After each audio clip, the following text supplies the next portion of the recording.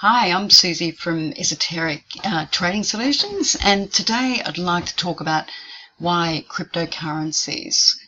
Cryptocurrency is a digital currency that uses cryptography.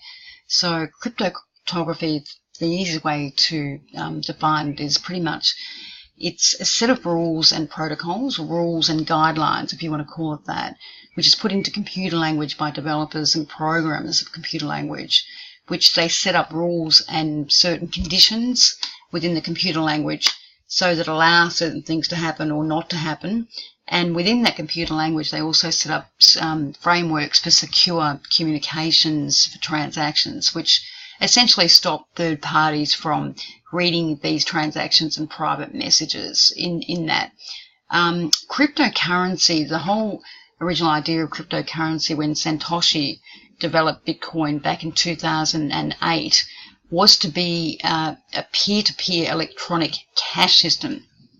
So after the 2008 financial market crisis, which was absolutely devastating, I was working in that crisis and lost a lot of money, I have to say, because markets went down literally 80% at its worst in 2009, and a lot of people had margin lending. Literally, Satoshi decided to set up a system where you could have a cash system, which would exclude governments and corporations and banks and the like, and where you could actually deal with a cash type system with a coin, Bitcoin, where you could deal with peer-to-peer, like, for example, me dealing with you or you dealing with your friend who will accept Bitcoin, and to actually get rid of the middleman or the middle person, where you don't pay the fees and you wouldn't have to deal through a bank or anything like that. Since 2008, 2009 with Bitcoin, there's been many other cryptocurrencies that have come to the market, and now there's tokens and crypto other currencies, which are literally, there's about 1,000 of them now. So there's a lot's gone on since 2008, 2010. When we talk about cryptocurrency, though, the processing capabilities are pretty amazing, depending on the coin, but most cryptocurrencies can now settle within minutes or seconds.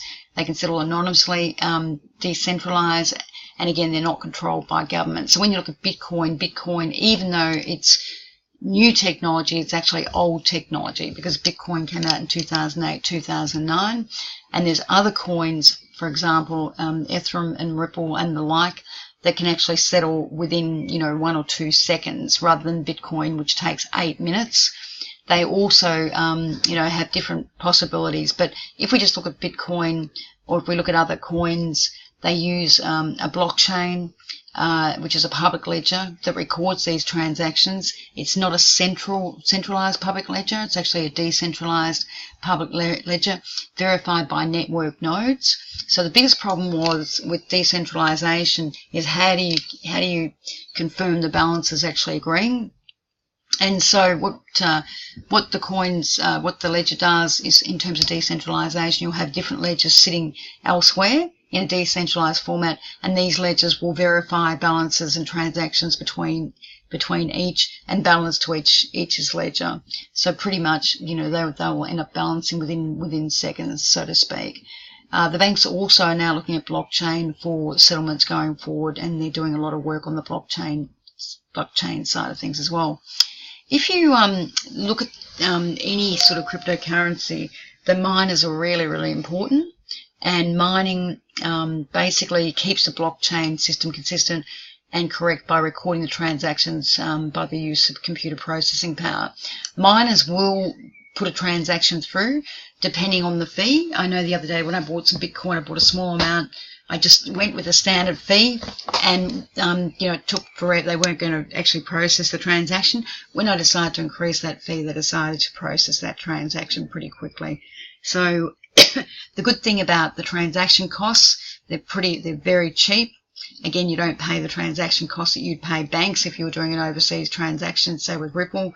Very, very cheap indeed. The miners are very important, because every node they had to add to its database, they basically become part of the blockchain, and those guys almost have to solve a cryptographic puzzle in a decentralized process to work out and to get a consensus of the account and the balances. So the miners are really important, and the miners are important to actually process the transactions, but also support the transactions for the coin.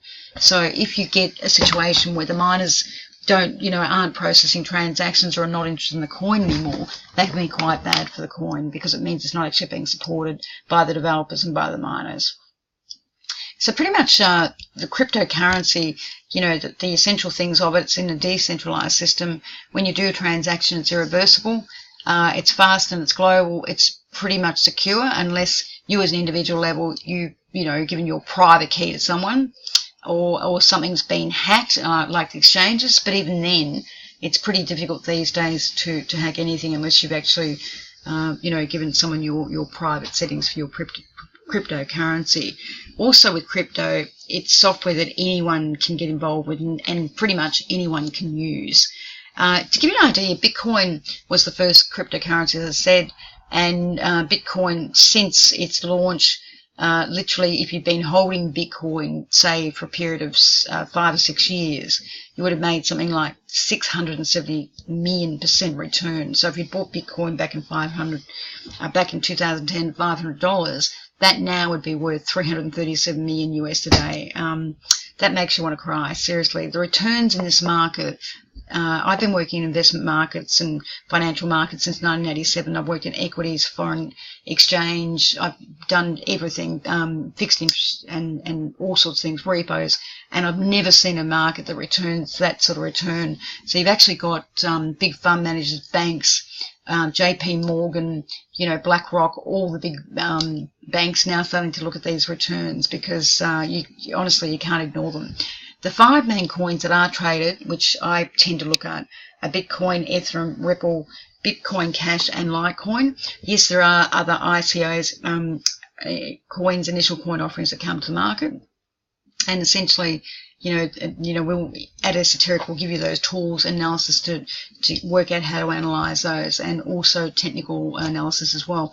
With Bitcoin, now 70,000 merchants are using Bitcoin worldwide, and looking at banks are looking at blockchain, as I said, and the major ones are Microsoft. Bill Gates basically believes that this has got a better, digital currency has a better future than money.